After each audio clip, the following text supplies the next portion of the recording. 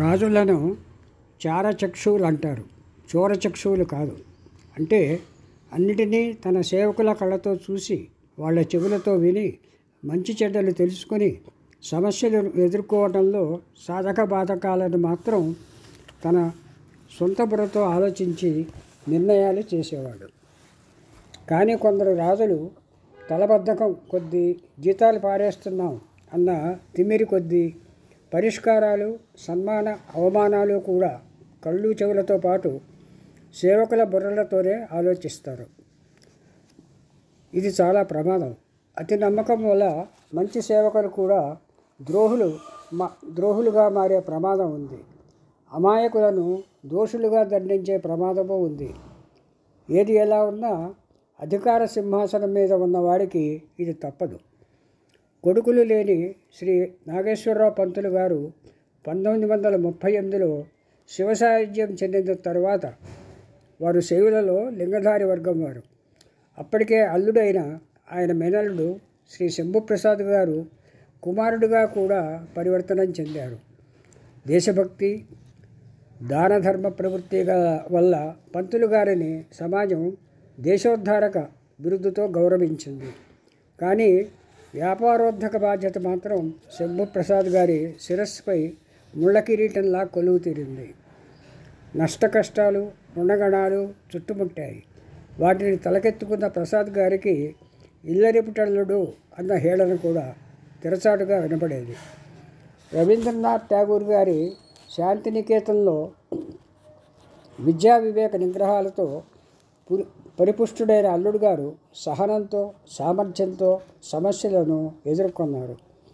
12,000 కాపీలు అచ్చువేయడానికి 10 గంటలు తీసుకునే ఫ్లాట్ బెడ్ ప్రింటింగ్ ప్రెస్సును చిన్న పనులకు మార్చి గంటకు 10,000 కొట్టగల రోటరీ యంత్రాన్ని 14 లక్షల అప్పుతో కొన్నారు. వజ్రం వజ్రేణ, ఉష్ణం ఉష్ణేణ అన్నట్టు పాత అప్పులను కొత్త అప్పులతో ఎదిరించి గెలిచి పత్రికను లాభాల బాటలో నడిపించారు. ఆరంభంలో ఆయన ప్రధాన బాధ్యత అదే. సిబ్బంది ఇబ్బందులు కాదు. 10 మందిని నొప్పించిన 1000 మందిని మెప్పించే పోరాటంలో తెలిసో తెలియకో కొందరిని నొప్పించడం తప్పదు. చారచక్షువుల వల్ల ఆయనకు మేలు జరిగింది, కీడు జరిగింది. చారుల చక్షువులన్నీ ఒక్కలా ఉండవు. మెల్లకళ్ళు, చత్వారం కళ్ళు, చెవులతో చూసే కళ్ళు, భయపడే కళ్ళు, దురాశతో కామర్లు పట్టిన కళ్ళు, నెత్తుర్ని నీళ్ళలా చూసే కళ్ళు, పాముని తాడుగా, తాడుని పాముగా చూపించే కళ్ళు, వాటికి వంతపాటే నోళ్ళు, ఇలా ఎన్నో చారుముఖులు. చారుల ముఖాలను మాస్కులుగా పెట్టుకునేవారు. ఇబ్బందులు వస్తే నింద వారి నెత్తిన వేసే పాలకులు ఉంటారు. నేను మూగ మనసులు, తర్వాత తేనె మనసులు, ఆ తర్వాత కన్న మనసులకి పనిచేస్తున్నప్పుడు దిగ్దర్శకుడు ఆదుర్తి సుబ్బారావు గారితో నాకు రావాల్సిన సొమ్ము విషయంలో పేచీ వచ్చింది. నిర్మాతగా వ్యవహరిస్తున్న సుందరం పిళ్ళే నాకు ఇవ్వాల్సిన డబ్బు ఇవ్వకుండా దాటైపోయాడు. పని పూర్తయింది, మీరు నాకు బాకీ. స్క్రిప్ట్ ఇవ్వగానే ఒకసారి నా డబ్బు నాకు ఇవ్వాలని 6 వారాల క్రితమే చెప్పాను. నేను మీకు స్క్రిప్ట్ ఇచ్చేశాను, మీరు నాకు బాకీ, నా డబ్బు నాకు కావాలి అన్నాను. పణం ఇల్లెప్ప, తర్వాత ఇస్తురు అన్నాడు సుందరం పిళ్ళే చిరగ్గా. మంచి మనసులు, మూగ మనసులు, తేనె మనసులు 3 సినిమాలు తీసిన వారు మీ దగ్గర 7,000 లేదా? అక్కినేని నాగేశ్వరరావుకి అడిగితే అలాగే చెప్తారా అన్నాను. సుందరం ఎగిరించాడు షీపిష్గా. నేను చిరాగ్గా 2 చేతులు చప్పుడు చేస్తూ జోడించి వెళ్ళాను. అక్కడ ప్రొడక్షన్ మేనేజర్ ఉన్నాడు. జెమినీలో పనిచేసి ఇక్కడికి వచ్చాడు. అందుకని ముద్దుగా జెమినీ గణేశన్ అని పిలిచేవాళ్ళం. అతను చెప్పి ఉండాలి. సాయంత్రం హైదరాబాద్ నుంచి వచ్చిన ఆదుర్తి గారు నాకు ఫోన్ చేశారు. సుందరానికి ఏమీ తెలియదు, ఏమనుకోకండి అన్నారు. అంతేగాని బాకీ డబ్బు పంపిస్తానని అనలేదు. నాకు కోపం వచ్చింది. సారీ డైరెక్టర్ గారు, సుందరానికి తెలియపోతే మీకు తెలీదా? సుందరం పిళ్ళే అనే నిర్మాత లోకాన్ని, మనుషుల్ని మీ కళ్ళతో చూస్తాడు, మీ చెవులతో వింటాడు. మీరు ఓహో రమణ అంటే అతను ఆహా రండి అంటాడు. మీరు అబ్బా రమణ వస్తున్నాడు అని గొణిగితే అతను చీచి పోపో అంటాడు. అంచేత నౌకరు చేసే తప్పుకు యజమానిగా వైకేరియస్ లైబిలిటీ మీదే. మీరు మూగ మనసుల సినిమాకి నన్ను డబ్బు విషయంలో దగా చేశారు, ఇప్పుడు చేస్తున్నారు. ఇంకా నేను మీతో పని చేయను. రాసిన స్క్రిప్ట్ తీసుకోండి, పనికొస్తే వాడుకోండి, లేకపోతే అవతల పారేయండి. నాకు దమ్మిడి అక్కర్లేదు అని సూటిగా చెప్పాను. ఓ గంట తర్వాత సహదర్శకుడు పెండ్యాల నాగాంజనేయుల ద్వారా ఆదుర్తి గారు చెక్కు పంపించారు. నేను బాపులాగా దాని మీద శ్రీరామ రాసి వాపసు పంపేశాను. ఆ తిక్కలో ఆదుర్తితో పనిచేయాల్సిన 3 పిక్చర్లు వదిలేశాను. ఈ చిన్న కొమ్మల సర్కస్ దారి తప్పడం కాదు, పాలకుల కష్టాలు నొక్కి చెప్పడానికి. శంభుప్రసాద్ గారు కూడా కొన్ని కళ్ళు నోళ్ళు నమ్మి పొరబాటలో వెళ్ళి మద్దాలి శర్మ, పిలక లాంటి వారి కొందరు సబెటర్లను బాధించారు. తను బాధపడ్డారు, కొంత నష్టపోయారు కూడా. శర్మగారి కోర్టు కేసులో ఓడిపోయారు. తనని పెడదారి పట్టించిన వారికి శిక్షలు వేశారు. అన్యాయంగా డిస్మిస్ అయిన మద్దాలి శర్మగారు కేసు గెలిచి దర్జాగా సింహద్వారంలోంచి ఆఫీస్కి వచ్చారు. ధైర్యవంతులు పబ్లిక్గా, పిరికివాళ్ళు నాలాంటి సీక్రెట్గాను సంతోషించారు. ఇవన్నీ ఎలా ఉన్నా మొత్తానికి తన ప్రధాన బాధ్యత ఆంధ్రపత్రిక అప్పులు తీర్చడంలో గెలిచారు. విజయపథంలో నడిపారు. కానీ ఎంతటి విజయాలు వచ్చినా గాలిమేడల్లో కాలు పెట్టలేదు.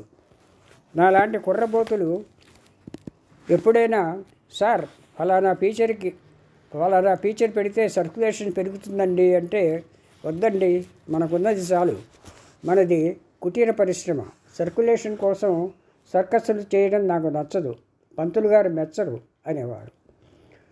ట్రెడిల్ వదిలి రోటరీ ప్రెస్ కొన్నాక సర్క్యులేషన్ పెంచక తప్పనూ లేదు, అది పెరక్క మాననూ లేదు.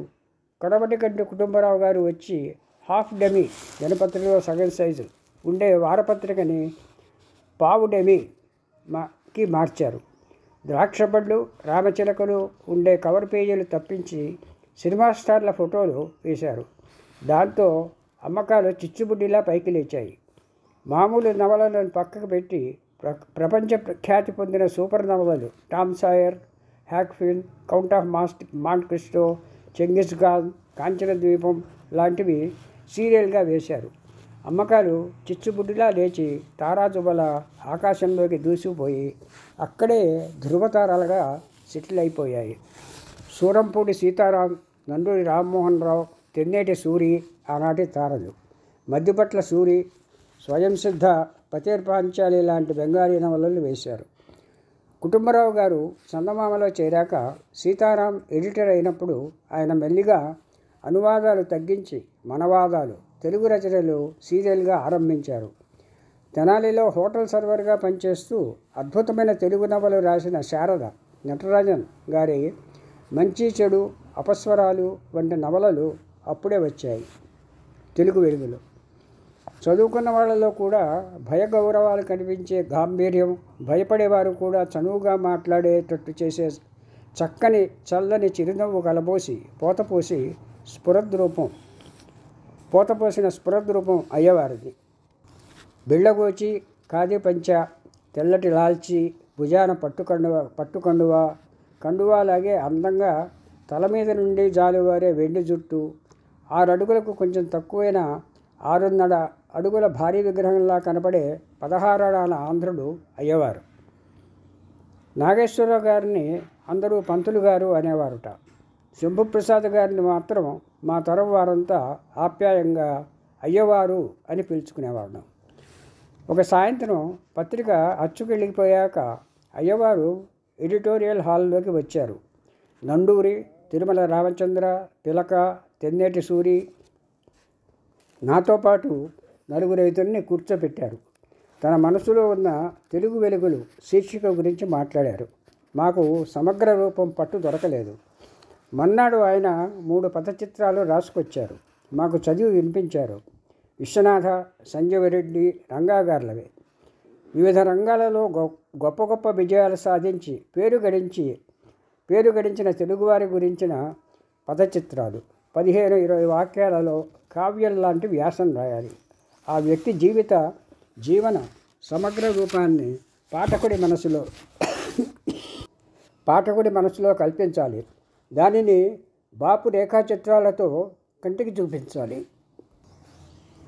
రాజకీయ నాయకుడు ఆచార్య రంగా గురించి అయ్యవారు రాసిన 2 వాక్యాలు శాంపుల్కి. రంగాకు ప్రథమ స్థానం రాదు, ద్వితీయ స్థానం పనికిరాదు. ఇది నిజమే కదా. శ్రీశ్రీ అన్నట్లు ఖుషీ లోకబాంధవుండు గోగిరేరి రంగా కోటు మార్చి ప్లేటు మార్చి కులుకు విలాసంగా. ఆయన ఎన్ని పార్టీలు మార్చినా ప్రథమ స్థానం దక్కలేదు, ద్వితీయ స్థానం ఆయనకి సొక్కలేదు. రంగా గురించి ముక్తాయింపుగా అయ్యవారు వ్యాసం చివర రాసిన వాక్యం: స్వతంత్ర పార్టీ నడిపించేడువాడు రాజాజీ, నడిపెడివాడు మసాని, నడి చెడువాడు రంగాజీ. వయలిన్ సింహద్వారం నాయుడు గారి గురించి: నాయుడు గారు, మీ శరీరం ఆకాశం, మీ హస్తం హరివిల్లు, చిత్ర వర్ణాలు శ్రీవారి వేళ్ళు. గుర్రం జాషువా గురించి: కవిగా ఆయన జాషువా కాదు, భేషువా. నవకవిత మహారాష్ట్రానికి విశ్వనాథ సత్యనారాయణ. ఆంధ్ర సాహిత్య క్షేత్రంలో ఆయన చేయని వ్యవసాయం లేదు, పండించని పంట లేదు. అయ్యవారి మనసు మాటలు మాకు బోధపడ్డాక మమ్మల్ని కూడా రాయమన్నారు. ఎవరికి ఏ వ్యక్తి బాగా తెలిసి ఉంటే వారి గురించి రాయమన్నారు. రాసింది ఎవరైనా ప్రతి వ్యాసాన్ని మేము 5-6 కలిసి చిత్రిక పట్టేవాళ్ళం.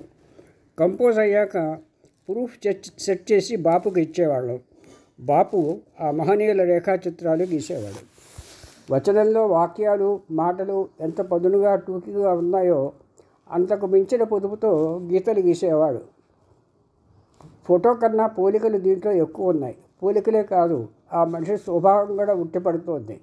రాతలు గీతలు యుగల గీతాలు పాడుతున్నాయి అని అంతా మెచ్చుకునేవాడు. తెలుగు వెలుగులకి చాలా మంచి పేరు వచ్చింది. అందరూ మాట్లాడుకుంటూ చర్చించుకునేవారు. క్రమంగా పైవారం ఎవరా అని ఊహాగాన సభలు చేసేవారు. ఆ తర్వాత ఫలానా వారి గురించి రాయమని సిఫార్సులు, రాయకపోతే జనం క్షమించలేని హెచ్చరికలు, బెదిరింపులు.